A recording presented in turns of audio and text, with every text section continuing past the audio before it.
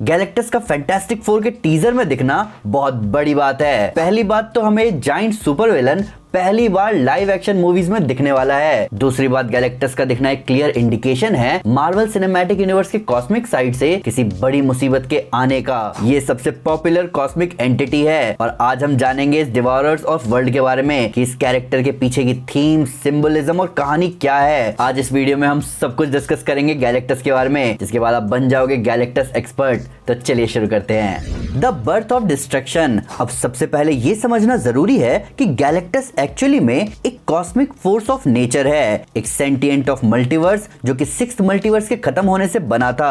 अभी Marvel universe में 8th multiverse चल रहा है, जिसके बारे में हमने बहुत डिटेल में अपनी गॉड ऑफ मार्वल मल्टीवर्स वाली वीडियो में बात करी है। पर क्या हमेशा से चीजें ऐसी ही थी? बिल्कुल नहीं। गैलेक्टस एक्चुअली में एक ह्यूमनॉइड रेस से बिलोंग करता था और उसका असली नाम था गैलन, और वो एक एडवांस सिविलाइजेशन से बिलोंग करता था जिसका नाम था टा। ये एक अल्ट्रा एडवांस प्लेनेट था जो एक डाइंग कॉस्मोस में एग्जिस्ट करता था। लेकिन जैसे जैसे वो पुराना यूनिवर्स खत्म हो रहा था, टा के लोग कॉस्मिक रेडिएशन की वजह से मर रहे थे। लेकिन गैलन एक साइंटिस्ट और एक्सप्लोरर था और उसने सोचा कि अगर मरना ही है तो एकदम एपिक तरीके से मरेंगे।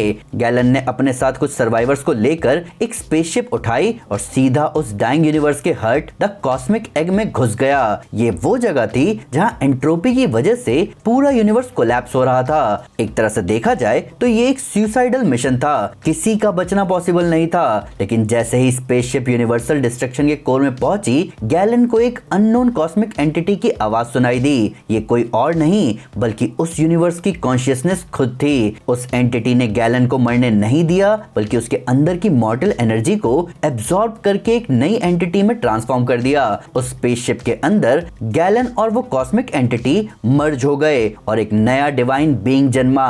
अपने फॉर्म होने के बाद गैलेक्टस महसूस करता है कि उसे खुद के सस्टेनेंस को बनाए रखने के लिए बहुत ज्यादा अमाउंट में एनर्जी पर फीड करना जरूरी है और ये सिर्फ और सिर्फ प्लैनेट्स को खाकर ही पूरा किया जा सकता है। और गैलेक्टस ऐसा करना शुरू कर देता है। उसके बाद वो अपना स्पेस स्टेशन बनाता है टा-2 के नाम से और फिर वो वहीं रहने लगता है। तो टेक्निकली गैलेक्टस मल्टीवर्स की नेसेसिटी से पैदा हुआ एक एंटिटी है, पर गैलेक्टस के बनने की कहानी इससे भी डीप जाती है और अब हम इसी कहानी को जानेंगे, द विजन ऑफ क्रिएटर्स। तो आपने कभी सोचा है कि गैलेक्टस को क्यों बनाया गया था? तो ये कहानी बहुत इंटरेस्टिंग है। गैलेक्टस के आने से पहले मार्वल के सारे विलन्स अर्थ बाउंड थ्रेट्स थे और ये विलन्स बहुत ही ट्रेडिशनल टाइप के थे, जैसे कि कोई पागल साइंटिस्ट या कोई डिक्टेटर या फिर माफिया लॉर्ड। और इसीलिए 1960 आते आते स्टैन ली और जैक किर्बी ने सोचा कि उन्हें इस बाउंड्री को पुश करना है और पुराने ट्रोप्स को तोड़कर कुछ नया बनाना है। तो उन्होंने डिसाइड किया कि वो एक कॉस्मिक फोर्स ऑफ नेचर बनाएंगे, कुछ ऐसा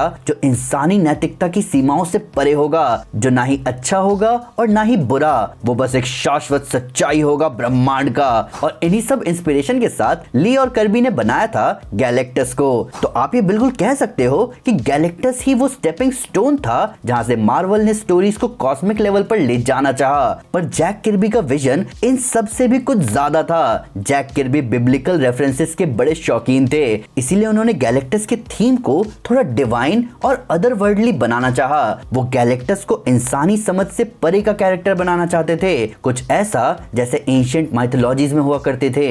जैक किर्बी दिखाना चाहते थे कि ब्रह्मांड जिस ग्रैंड स्केल पर वर्क करता है वहां इंसानी नैतिकता के कोई मायने नहीं होते। वहीं स्टैन ली और जैक किर्बी का आइडिया इतना शानदार निकल के आया कि गैलेक्टस ने पूरे मार्वल कॉमिक्स को बदल डाला।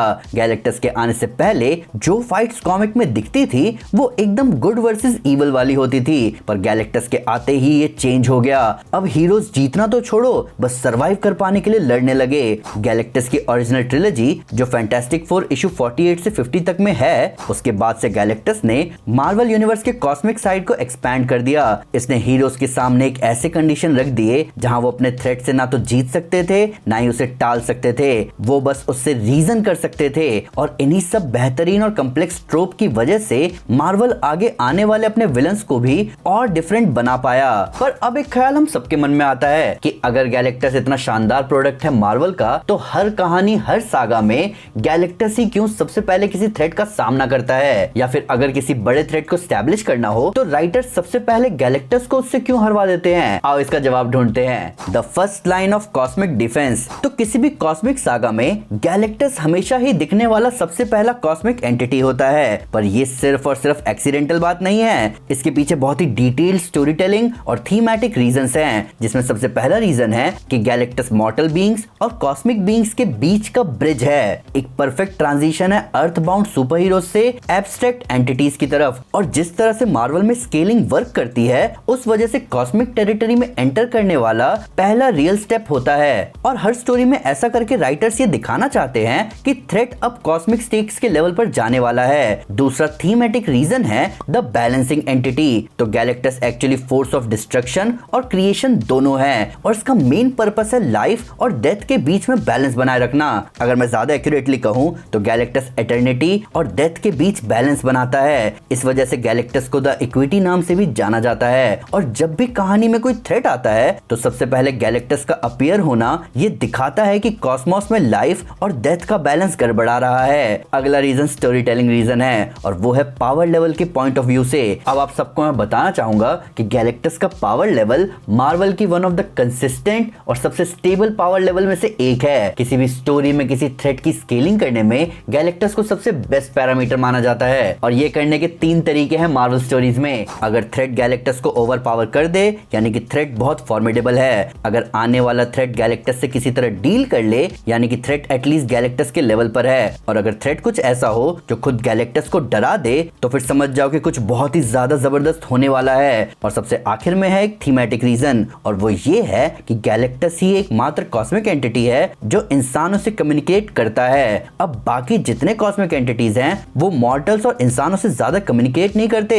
या इवन कांटेक्ट तक नहीं करते, क्योंकि वो बहुत ज्यादा एब्स्ट्रैक्ट कॉन्सेप्ट्स हैं। पर गैलेक्टस दोनों डोमेन में लाई करता है। गैलेक्टस एब्स्ट्रैक्ट होते हुए भी अपने रूट्स और अपनी फंक्शनिंग मॉर्टल वर्ल्ड में रखता है। इस वजह से हम अक्सर गैलेक्टस को स्टोरीज में इंसानों से कम्युनिकेट करते हुए देख पाते हैं। और इसी वजह से किसी थ्रेट को लेकर गैलेक्टस को चुना जाता है ताकि कहानी का फ्लो एकदम सही सही चलता रहे। तो अब जितनी भी मैंने बातें कही, इन सब का सम अप क्या है? इन शॉर्ट हम ये कह सकते हैं कि अगर किसी भी स्टोरी में गैलेक्टस दिख जाता है तो समझ जाओ कि मार्वल एक तरह से कहना चाह रहा है कि ये कोई नॉर्मल वॉर या इन्वेजन नहीं है, बल्कि ये एक कॉस्मिक डिजास्टर के आने का संकेत है। सीक्रेट वॉर्स के शुरू होने से पहले जब गैलेक्टस दिखा था एक अल्टरनेट अर्थ पर, तो उसने उस अर्थ को इनकर्जन से बचाने के लिए उसे बर्बाद कर दिया था। मैंने आपको मेरी फेज 6 एक्सप्लेन वीडियो में बताया ही है कि इनकर्जन से बचने का एक ही तरीका है, किसी एक अर्थ को खत्म कर दो।